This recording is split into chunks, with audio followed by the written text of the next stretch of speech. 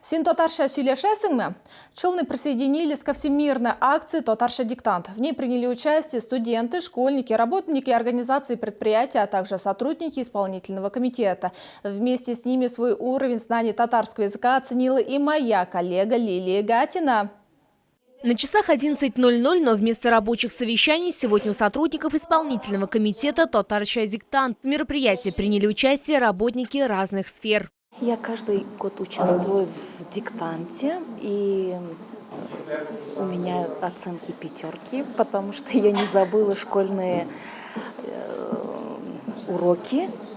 Вспоминаю перед диктантом какие-то правила и не волнуюсь абсолютно. Надеюсь, все будет хорошо. Сегодня свои знания по татарскому языку проверяет и помощник мэра Рамиль Халимов. В акции он принимает участие ежегодно.